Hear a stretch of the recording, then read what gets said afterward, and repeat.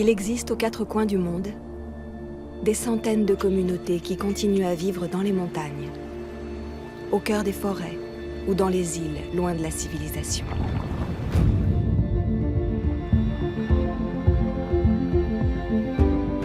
Depuis des millénaires, ils cultivent une relation d'équilibre avec leur écosystème. Ce sont les peuples racines.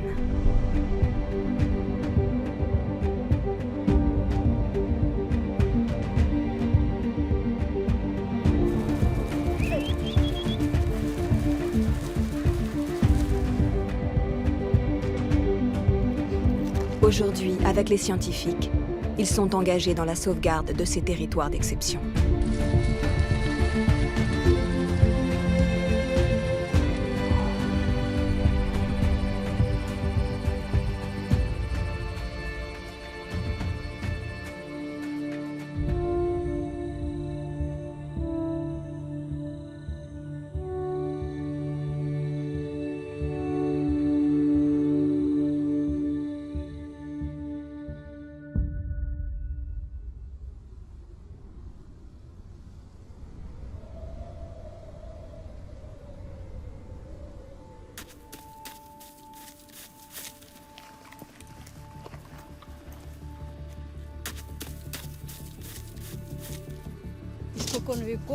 De tout temps, génération après génération, les Nénètes n'ont jamais pu envisager la vie sans leur reine.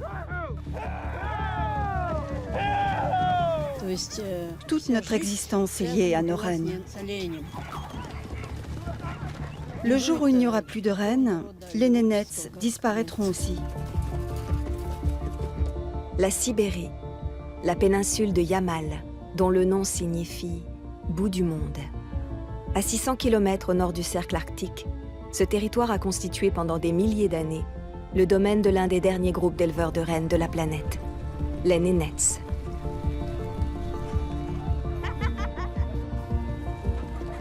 Ce peuple nomade traditionnel a toujours su s'adapter aux conditions de vie de l'un des territoires les plus hostiles du monde.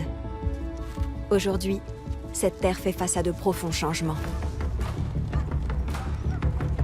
Le réchauffement bouleverse la toundra de Yamal et la vie des troupeaux de rennes. Et malheureusement pour les Nénètes, d'autres menaces sont apparues. Au cours des 20 dernières années, les compagnies gazières ont transformé l'environnement arctique et les précieuses aires de pâturage des Nénètes. Pour apaiser les frustrations des éleveurs de rennes et les attirer loin des terres qu'ils exploitent, les compagnies financent le développement des villages et proposent aux Nénètes un nouveau mode de vie.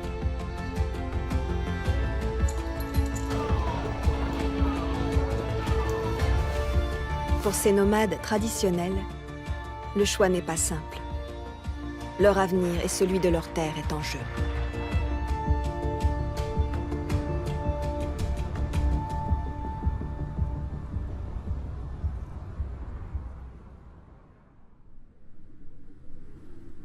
C'est le début du printemps à Yamal.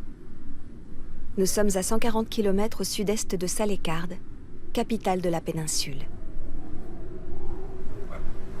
Un clan de 5 familles se prépare pour leur grande migration saisonnière vers le nord. 1 ou 2 fois par semaine, avec une régularité de métronome, Slava, le chef du clan, sa femme Rita et le reste du camp démontent les tentes traditionnelles appelées tchoum. Ils rassemblent leurs affaires et chargent une 60aine de traîneaux. C'est notre traîneau sacré, dans lequel les objets de nos ancêtres voyagent. À 22 ans, Yasha, le fils de Slava et Rita, est le plus jeune éleveur du clan. Quand son père sera trop vieux, c'est à lui que reviendra la charge de mener le troupeau. Je suis né dans la toundra. Mon grand-père m'a appris à pêcher et à chasser, et à conduire le traîneau et connaître l'environnement. C'était mon grand-père.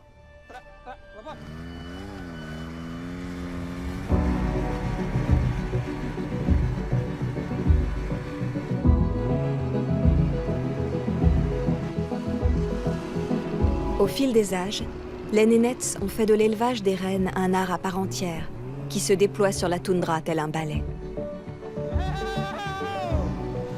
Depuis tout jeune, Yasha prend part à cette danse ancestrale.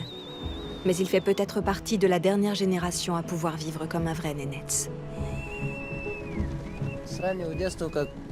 Je me souviens qu'à l'âge de 4 à 5 ans, on savait déjà conduire un traîneau. Cela n'existe plus. Aujourd'hui, les enfants ne quittent plus le tchoum, même pour aller chercher les rennes. Ils sont tous trop occupés sur leur téléphone portable.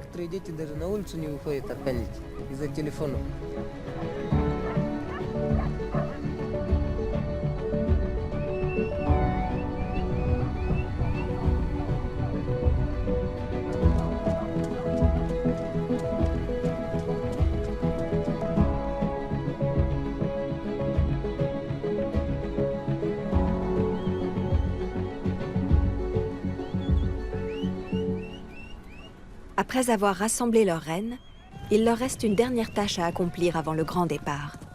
Choisir les rennes les plus dociles pour tirer les traîneaux.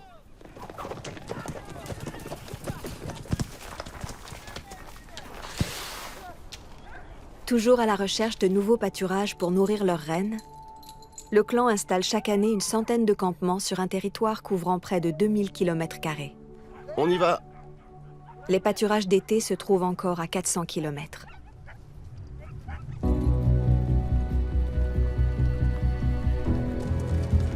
Avant d'atteindre les immensités glacées de la toundra plus au nord, le troupeau de Slava traversera un dernier bout de la taïga russe, un des territoires boisés les plus vastes du monde. Ensevelie sous un épais manteau de neige la majeure partie de l'année, cette immense forêt de pins, de sapins et de bouleaux étonne par sa résistance au froid intense du climat continental. Si l'ours domine le territoire du printemps à l'automne, en hiver, de nombreux animaux arctiques parcourent le paysage à la recherche de leur prochain repas.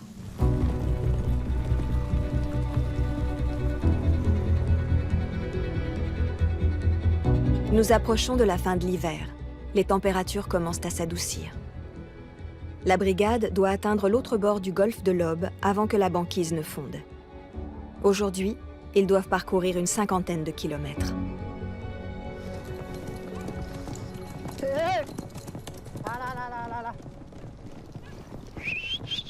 Comme leurs ancêtres, Slava et son clan suivent la course migratoire naturelle de leurs rennes, progressant au rythme de l'animal dans la toundra.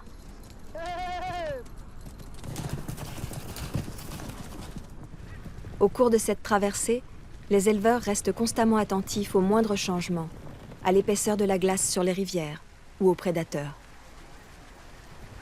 Le destin de leur peuple est intimement lié à la connaissance de cette terre sauvage, un territoire en perpétuelle mutation. Mais depuis peu, ils sont confrontés à une nouvelle menace le long de leurs anciennes routes migratoires. L'appétit insatiable de la Russie pour le gaz naturel, la ressource la plus précieuse de la péninsule de Yamal, est en train de bouleverser l'intégralité de l'écosystème.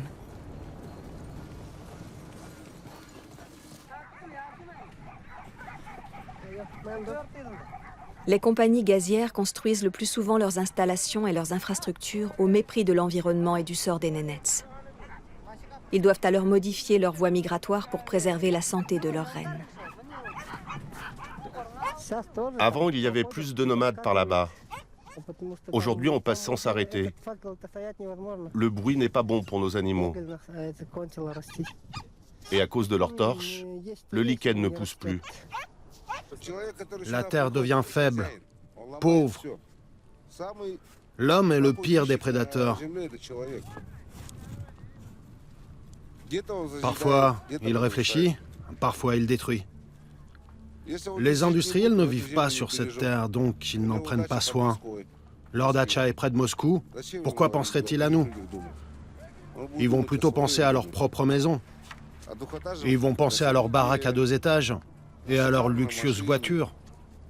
Les gens que vous voyez ici vont toujours penser à leurs rennes. Ça, c'est sûr. La terre se vengera elle-même.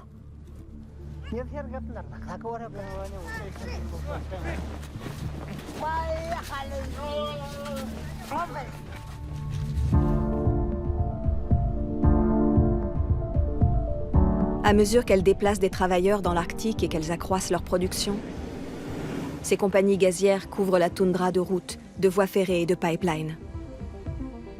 Et avec des profits en constante augmentation, elles ont peu de raisons de s'arrêter là.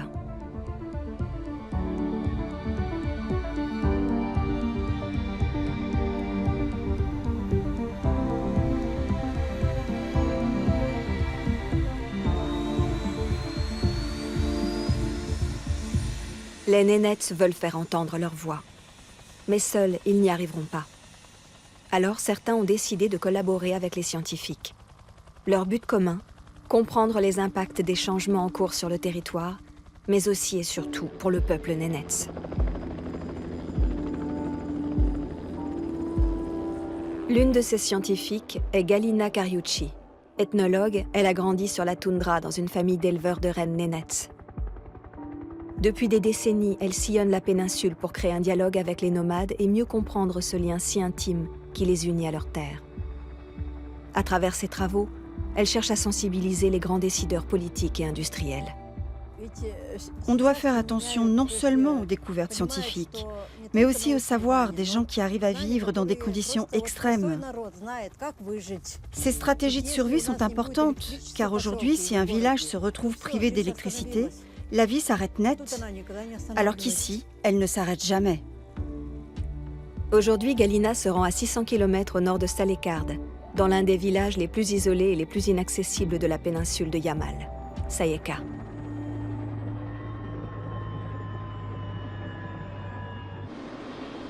Ce n'est pas le premier voyage de Galina à Sayeka. La dernière fois, elle était arrivée sur le dos d'un renne, et le maire de la ville n'était pas installé dans une voiture chauffée pour l'accueillir.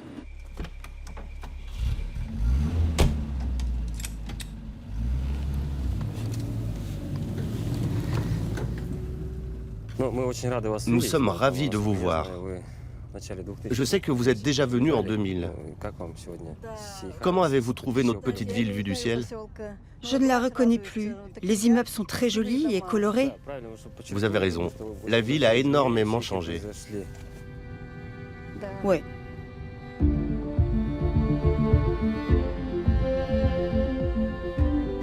Pendant des siècles, Sayeka n'était qu'une intersection sur les voies migratoires des éleveurs. Mais quand l'Union soviétique a industrialisé l'élevage, la petite bourgade est devenue un poste d'échange permettant aux nomades de se réapprovisionner et de passer la nuit au chaud avant de regagner la toundra.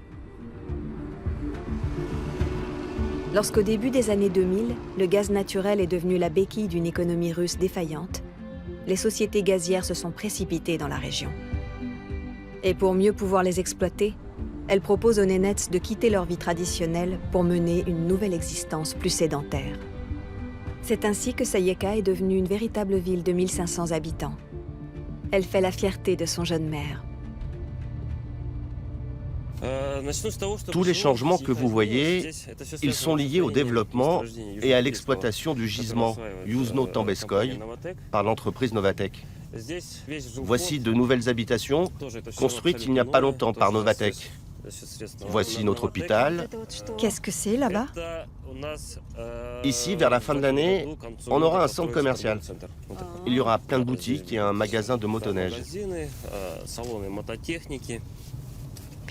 C'est impressionnant. Le village, le mode de vie, le climat, tout change et ces transformations influencent la vie des gens. Vous avez raison. Nous traversons une période de perturbation importante. Pour mieux comprendre ces perturbations et leur impact sur ceux qui vivent encore une vie nomade, Galina partira dans quelques jours en immersion avec une famille d'éleveurs pour une longue migration à travers les terres glacées. Mais avant le grand départ, Galina va vivre un moment important pour tous les Nénètes qui continuent de résister depuis son enfance. La fête annuelle des rennes. La fête permet aux membres d'une même famille de se retrouver.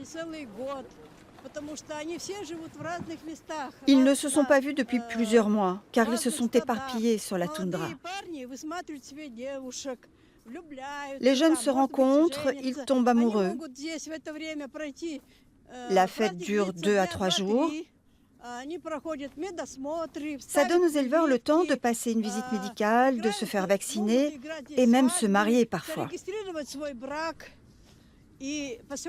La fête de Sayeka est la dernière de l'année. Comme elle est la dernière, elle symbolise la clôture des festivités. Ensuite, tous les campements rassemblent leurs affaires et là, ils commencent la grande migration vers les pâturages de l'été.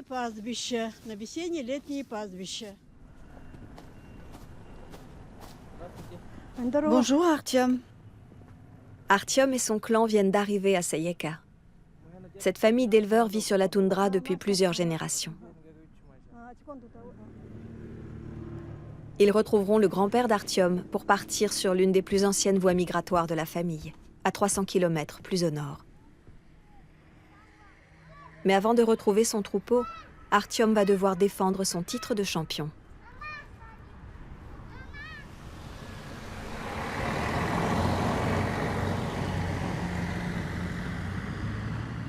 Sur les 40 000 Nénets qui vivent dans la péninsule de Yamal, seuls 6 000 vivent encore en tant que nomades éleveurs de rennes.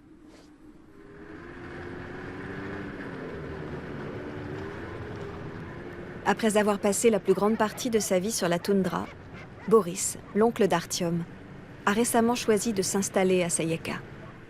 Mais il s'efforce encore autant que possible de maintenir ses liens avec la toundra arctique. Plus au nord que la taïga, ce paysage blanc étonne par son manque total d'arbres. Mais sous l'épaisse couche de neige qui couvre le territoire en hiver, se cache en profondeur un sol gelé pendant des années, le permafrost, ou pergélisol.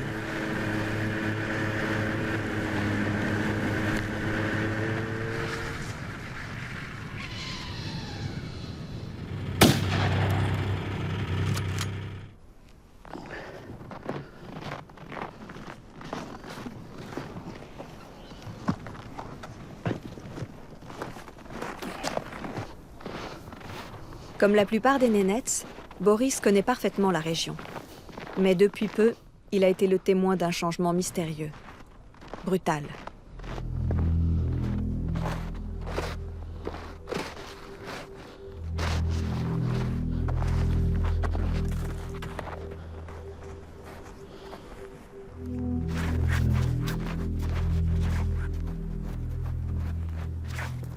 C'est un bloc de glace. Le cercle que vous voyez vaguement ici entre ces blocs était rempli d'eau. Partout là-bas. Maintenant, c'est recouvert de neige, mais c'était rempli d'eau. Ces dernières années, une série d'explosions violentes a créé de gigantesques cratères au cœur de la toundra. Un phénomène lié au réchauffement climatique qui pourrait rapidement anéantir l'écosystème du Yamal. Ces explosions spontanées représentent un nouveau danger pour Boris et son peuple. La terre a été projetée à 100 mètres tout autour. Si quelqu'un se trouve à proximité lors d'une explosion, il peut mourir.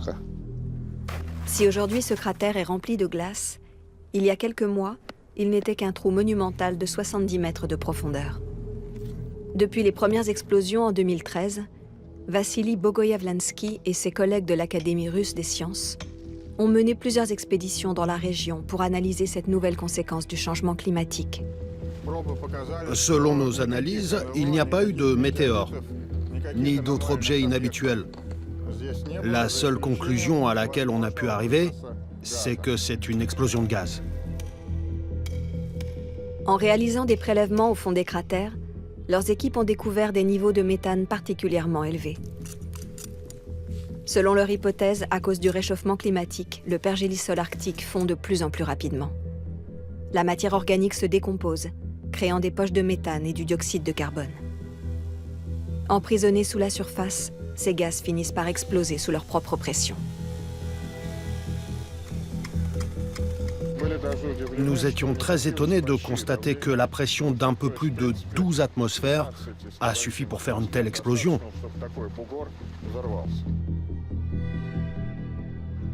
Les équipes de Vassili sont inquiètes. S'ils n'ont identifié qu'une vingtaine de cratères sur la péninsule de Yamal, de plus en plus d'éleveurs nénets leur signalent des zones où la terre semble se transformer sous les sabots des rennes. En été ou au printemps, Je marche et je vois des monticules dans certains endroits. Mais au retour, ils ne sont plus là.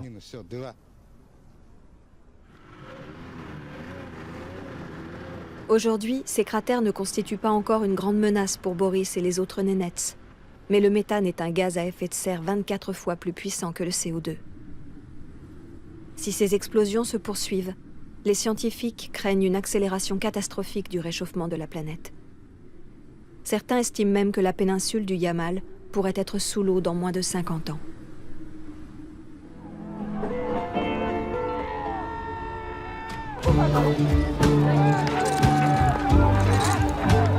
À Sayeka, le grand jour de la fête des reines est arrivé. Venez participer au saut de traîneau. Malgré des températures qui descendent à moins 25 degrés, Galina a hâte de découvrir si Artyom sera à la hauteur de sa réputation de vainqueur.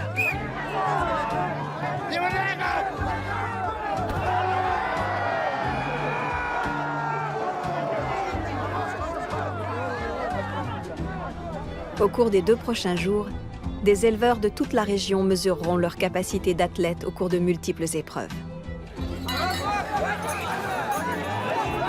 Toutes sont inspirées de la vie dans la toundra.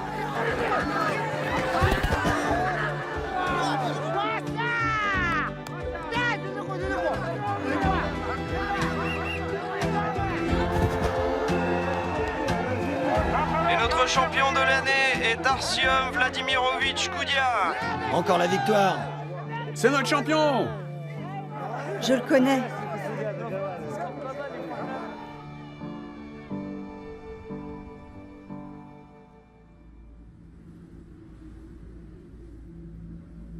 Au milieu de la nuit, la célébration de la victoire d'Artyom est interrompue par une soudaine tragédie.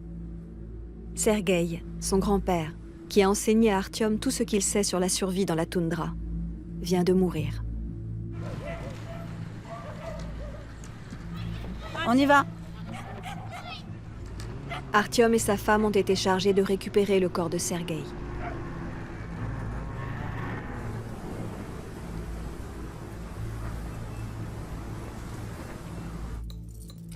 Boris, l'oncle d'Artyom, restera à Sayeka pour préparer les funérailles et informer la famille et les amis.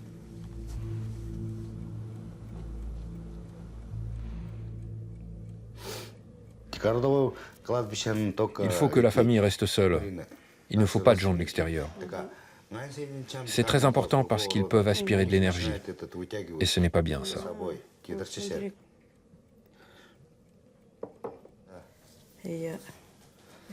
Je suis désolée.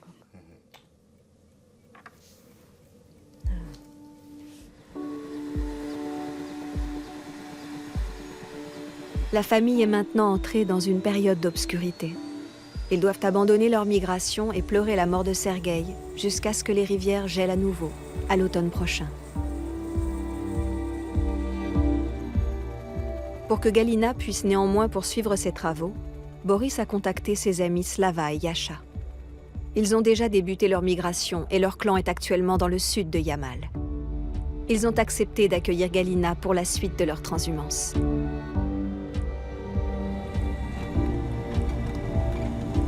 Après 3 heures assourdissantes dans un hélicoptère de l'armée, Galina poursuit son périple dans un tressel, l'un des nouveaux moyens de transport de la toundra.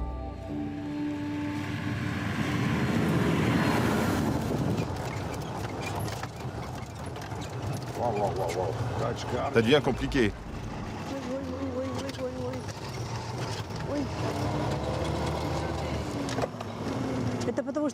On a glissé à cause de la surcharge?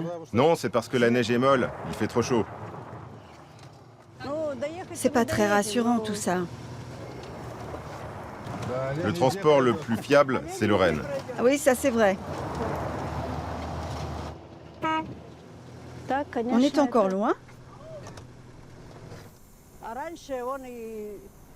Se déplacer en attelage est toujours plus rassurant car les rennes ressentent très bien l'environnement.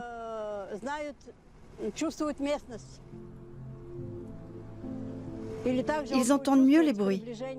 Ils sentent le feu au loin et d'autres dangers. Ils peuvent être très utiles dans des situations où quelqu'un se retrouve complètement perdu. Les rennes retrouvent toujours la route vers le tchoum.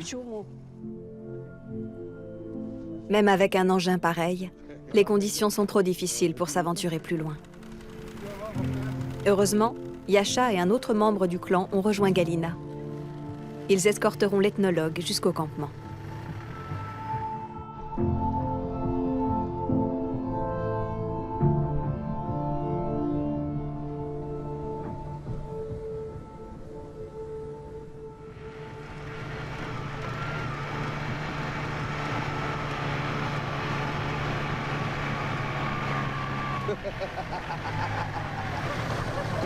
Bonjour!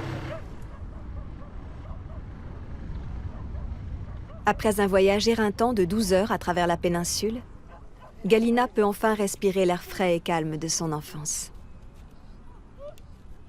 Elle a hâte de rencontrer ses hôtes et de retrouver la chaleur du tchoum, mais elle doit patienter. Elle sait que dans la culture nénètse, les tâches quotidiennes de la toundra passent toujours avant l'accueil des invités.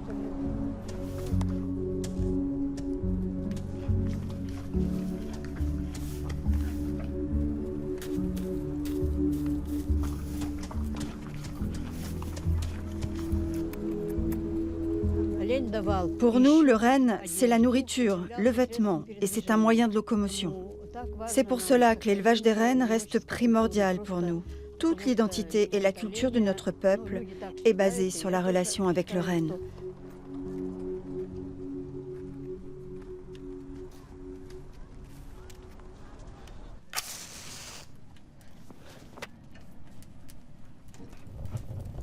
Dans chaque tchoum de nénètse de la toundra, la femme est la maîtresse du feu. Personne d'autre n'a le droit de s'occuper du poêle. Il faut toujours surveiller le feu dans le poêle.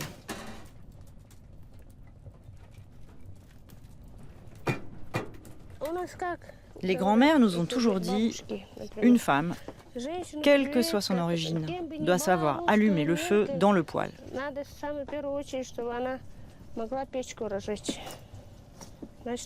Si elle y arrive, elle pourra vivre dans la toundra.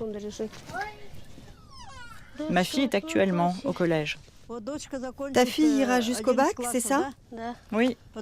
Et après, elle fera quoi, à ton avis? C'est-à-dire? Après le bac? Je voudrais qu'elle continue ses études. Et comme profession, elle fera quoi? Elle travaillera au village. Donc, tu ne veux pas qu'elle revienne vivre dans la toundra? La toundra, pourquoi pas? Mais comme il n'y a plus assez de rennes... Aujourd'hui, les jeunes filles restent plutôt au village. C'est sans doute parce que nous ne savons pas ce que l'élevage va devenir. Il n'y a pas assez de pâturage, pas assez de nourriture. Le cheptel décroît d'une année à l'autre. Tout le monde ne peut pas déménager au village. C'est vrai, et qui construira le tchoum et s'occupera du feu?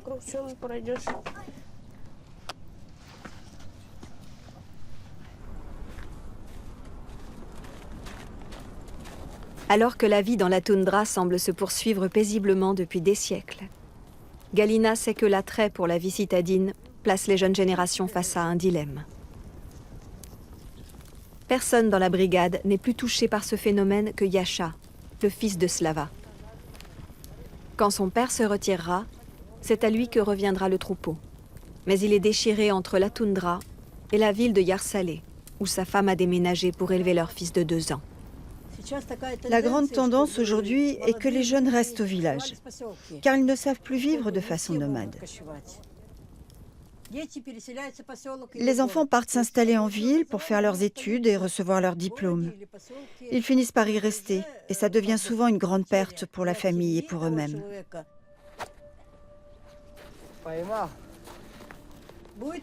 Ça crée une rupture qui s'opère entre les générations. Il y a une perte de cette spiritualité propre à la culture des éleveurs et à leur monde.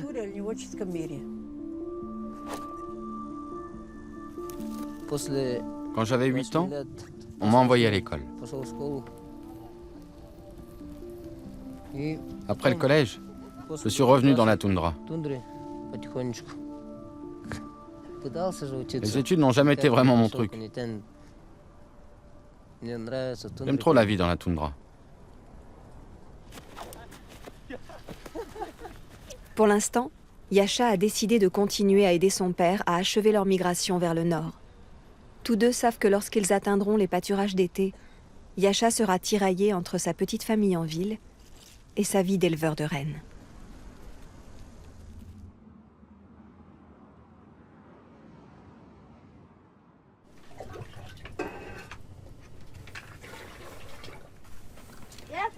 Yasha, allez, debout. C'est l'heure de se réveiller. À mon avis, ce n'est pas la peine. Il ne se réveillera pas. Allez, on a du travail. Yasha, arrête de faire ton feignant. On a une grosse journée devant nous. Il faut chercher les rennes. Allez, debout. 5h30 du matin. Galina a beau être fille d'éleveur nénètse, elle n'est plus habituée à la vie rude de la taïga, aux nuits glacées, au réveil à l'aube. Pourquoi on s'est réveillé si tôt? Parce que nous avons un très long voyage à faire aujourd'hui. 8 heures de marche au moins. Sans compter la préparation du tchoum et les rennes, On bouge pour les rennes. il faut constamment renouveler les pâturages. Il faut s'assurer que les rennes soient toujours bien nourries. Si nous restons dans le même endroit, les rennes détruisent la terre. Ils ne peuvent plus se nourrir si la terre est écrasée. Et c'est vrai que le climat a beaucoup changé. Les températures changent de manière violente du jour au lendemain. C'est très mauvais pour les rennes. Ils sont affamés et ils meurent.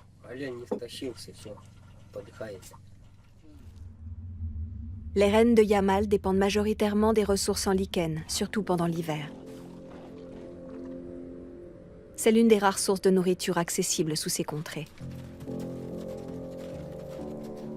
Cet organisme complexe, composé d'un champignon vivant en symbiose avec une algue, pousse sur les troncs, les roches, le sol. Un organisme à la croissance très lente, un bioindicateur qui a besoin d'un air sain pour croître. Et dans les zones de gisement et d'extraction saturées de fumée et de particules, il disparaît. L'hiver, les rennes grattent le sol de leurs larges sabots, mais avec le réchauffement en cours, cette tâche est de plus en plus complexe pour les animaux. La neige fond la journée, puis l'eau se transforme en glace à la nuit tombée. Les jeunes rennes et les plus faibles ne parviennent pas toujours à la casser pour accéder à leur nourriture. S'il fait beau comme aujourd'hui, et que la température tombe d'un coup, toute cette neige se transforme en glace. Les rennes ne peuvent pas la casser avec leurs sabots. C'est pour ça qu'il faut finir la migration le plus rapidement possible.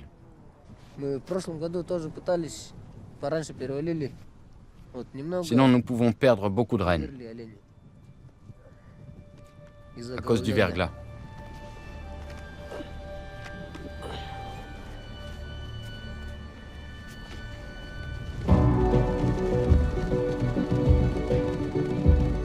Pressé par une météo de plus en plus aléatoire, jour après jour, le clan poursuit son voyage vers leur pâturage d'été. Le printemps approche et tous savent que la caravane doit traverser l'Aube avant que la glace ne fonde.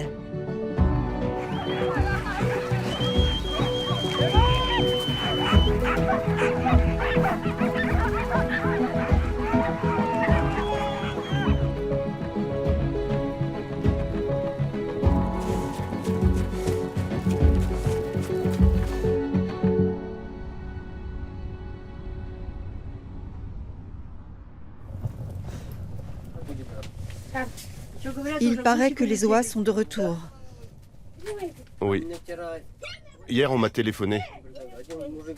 Ils m'ont téléphoné pour me dire qu'il y aurait une tempête. Mais je ne la voyais pas. Je ne voyais aucun signe. Il faut voir si les rayons du soleil font briller la neige. Si c'est le cas, c'est qu'il va faire beau.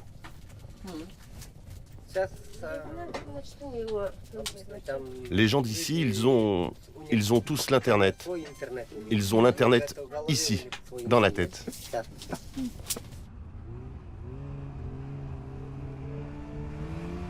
Slava et les autres bergers nénètses s'appuient sur des connaissances ancestrales pour prospérer dans les conditions difficiles de Yamal. Les compagnies gazières, elles, ont une approche totalement différente. Pour offrir à leurs employés le confort moderne et la technologie auxquels ils sont habitués, elles emploient des centaines de fournisseurs pour construire et entretenir un vaste réseau de télécommunications dans la toundra.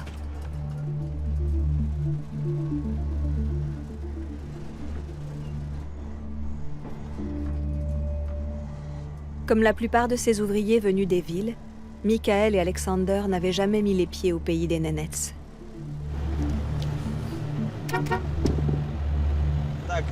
Je n'ai jamais été à l'intérieur d'un tchoum. Je ne l'ai vu de l'intérieur que dans des photos ou des vidéos. Mais je suis certain que je ne pourrai jamais vivre comme ça. Il n'y a pas de salle de bain à l'intérieur des tchoums, ni de place pour manger proprement, et ils n'ont même pas l'eau chaude. Et tout se passe dans une pièce. Il n'y a aucune intimité possible. Non, je ne pourrais pas vivre comme ça.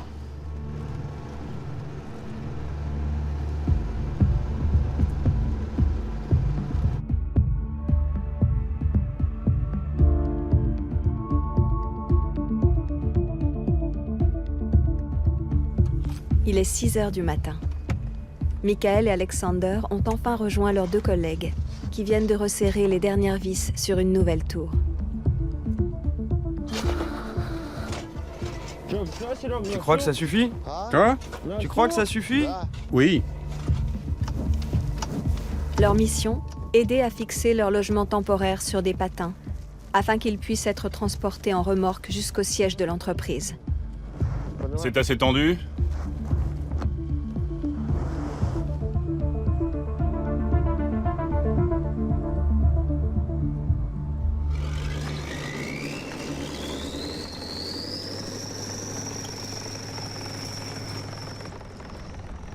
La remorque et le logement vont maintenant pouvoir être acheminés vers le sud. Michael et Alexander traversent à nouveau la toundra. Eux aussi se demandent comment la vie des Nenets va évoluer.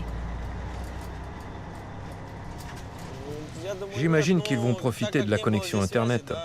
Ils pourront se connecter, mais la connexion principale sera pour les ouvriers.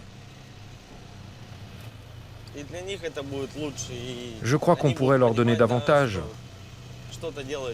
pour leur montrer que nous ne les laissons pas complètement à l'abandon. Ils sont nés sur cette terre.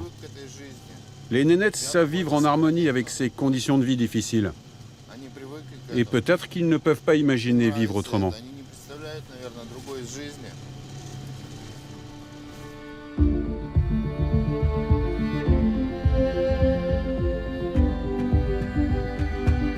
Avant leur prochaine mission, Michael et Alexander font une halte à Sayeka.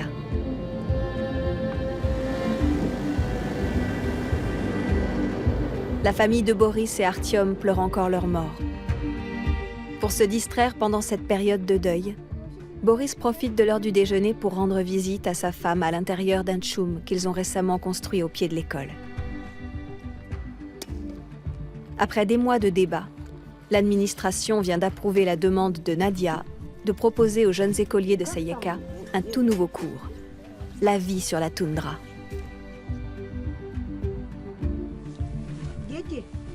Maintenant, nous allons tous respirer et nous allons laisser la nature nous recharger de l'énergie. Détendez-vous. Ok les filles, asseyez-vous.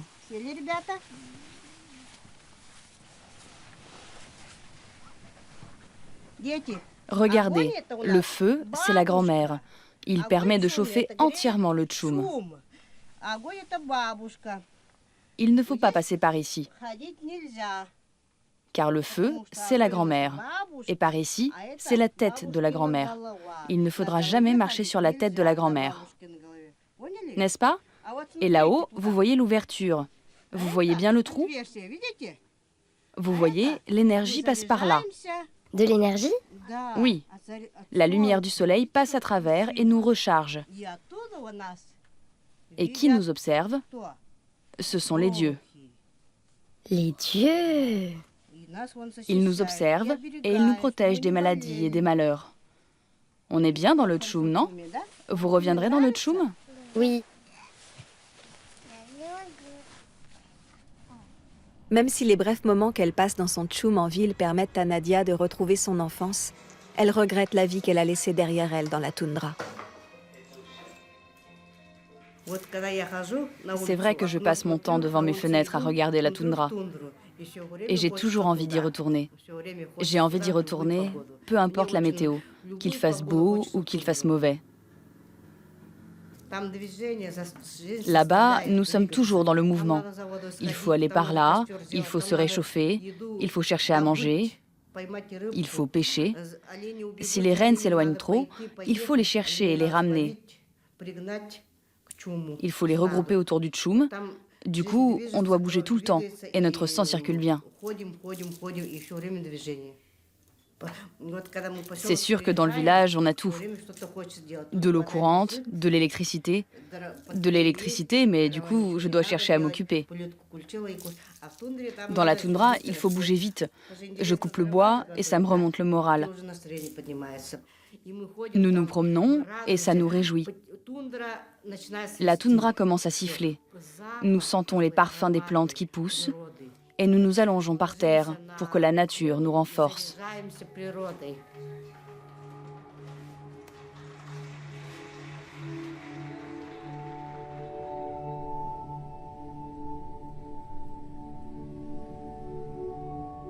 Nadia voit maintenant sa vie sur la toundra comme un souvenir qui s'estompe. Mais pour Yasha et le reste du clan, le quotidien est de plus en plus compliqué. Les nouvelles conditions météorologiques modifient le trajet des migrations. Elles épuisent l'éleveur et ses rennes. L'étape du jour est la dernière, mais également la plus longue de leur voyage. L'inquiétude est palpable. Certaines bêtes ne parviennent plus à suivre. Yasha a été chargé d'aider Landoukaï. Vétérinaire nomade, Landoukaï rejoint différentes familles pour prendre soin des bêtes.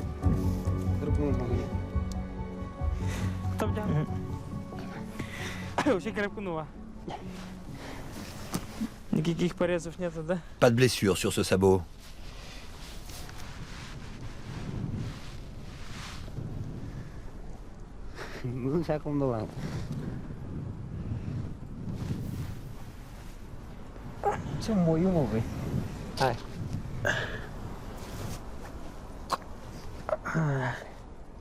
Elle est timide. Chez les nénètes, la perte d'un renne est presque aussi douloureuse que celle d'un proche. Ok, ça va bien. Alors qu'ils ont toujours su conduire un troupeau fatigué, une température plus chaude et la fonte régulière du pergélisol ont fait surgir une menace inattendue et extrêmement mortelle pour les nomades. L'anthrax.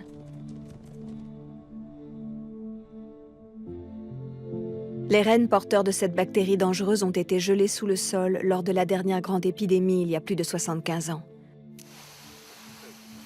Mais à mesure que le pergélisol fond, les carcasses et la maladie refont surface, créant une nouvelle épidémie mortelle dans la toundra.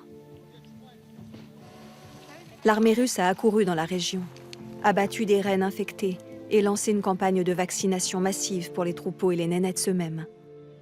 Malgré leurs efforts, des milliers de rennes ont déjà péri, ainsi qu'un petit garçon de 12 ans.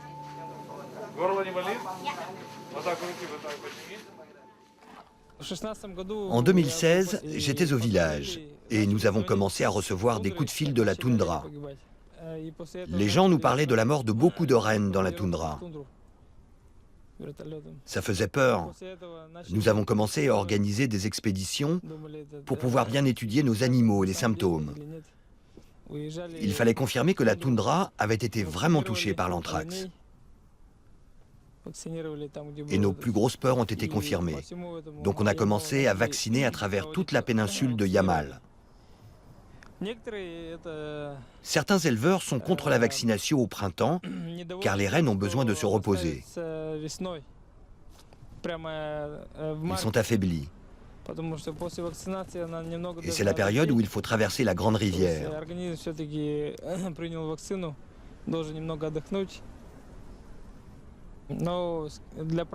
Ce qui est sûr, c'est qu'il vaut mieux se vacciner et faire vacciner les troupeaux. Il ne faut pas prendre de risques. Les températures ne cessent de monter. Il faut absolument parvenir au pâturage d'été avant la tombée de la nuit.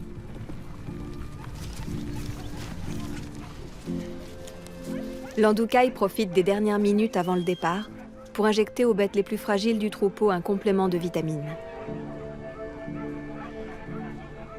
Mais il a décidé que quelques-uns sont encore trop épuisés pour faire le voyage par elles-mêmes.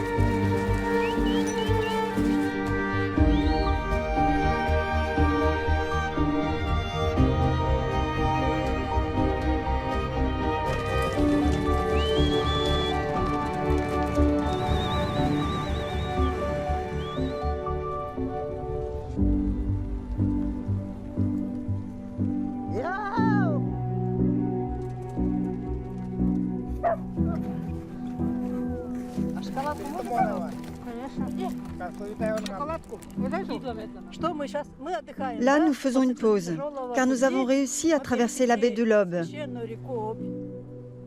Maintenant, c'est la dernière ligne droite, vers les pâturages d'été. Nous célébrons le changement de saison en faisant une offrande aux esprits. Les esprits du fleuve.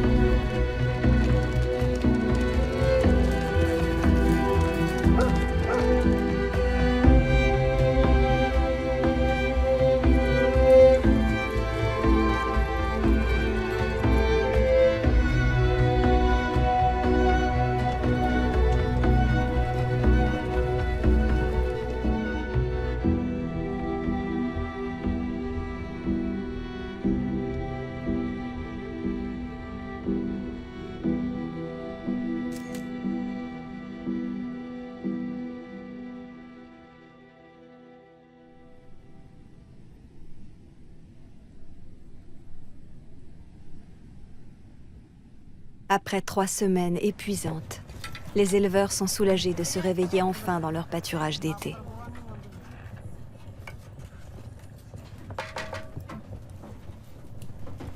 Pendant la nuit, Yulia, la femme de Yasha, lui a fait la surprise d'arriver au camp avec leur fils de 2 ans. Je ne dirais pas que j'ai choisi de vivre au village. La vie a fait que je suis restée là-bas. J'avoue que l'envie d'aller dans la toundra ne me quitte pas.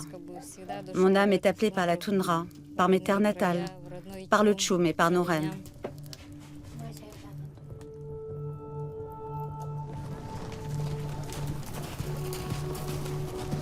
Alors que Yasha est porté par cet événement totalement inattendu, cette journée est aussi une journée de fête pour le clan tout entier. Hier, nous avons fait 87 km. Donc les rennes sont très fatiguées. Nous voulons remercier leurs âmes.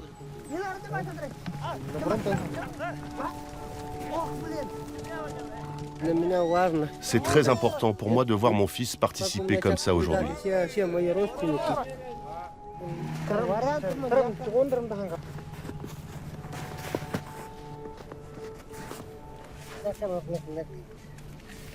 Nous allons donc procéder à un sacrifice. Tous les détails ont de l'importance. L'endroit choisi, à savoir tout près du tchoum, la tête du renne, placée vers le sud-est, car c'est dans le sud-est que démarre la vie.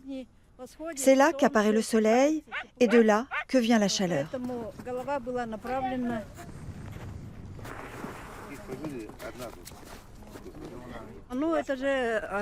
En faisant ça, nous nous rapprochons de l'alimentation des esprits. Chacun boit la quantité qu'il veut.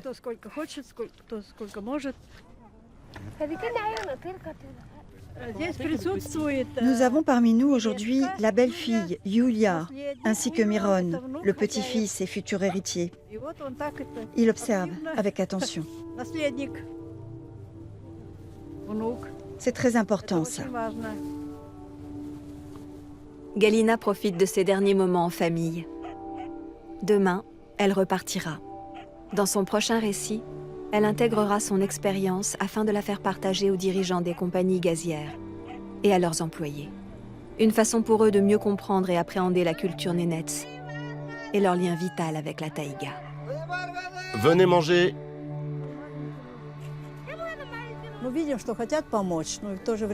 On sait que les gens de l'extérieur veulent aussi notre bien. Mais on sait aussi qu'ils vont continuer à exploiter notre terre. Il faut donc préparer les gens à l'idée qu'il y aura des changements en perspective.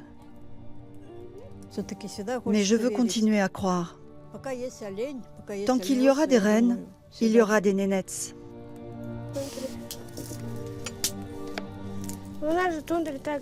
Chez nous, on dit qu'il ne faut pas parler de l'avenir. C'est considéré comme un péché. Il faut déjà réussir à vivre jusqu'à demain. Nous sommes forts, les Nénètes.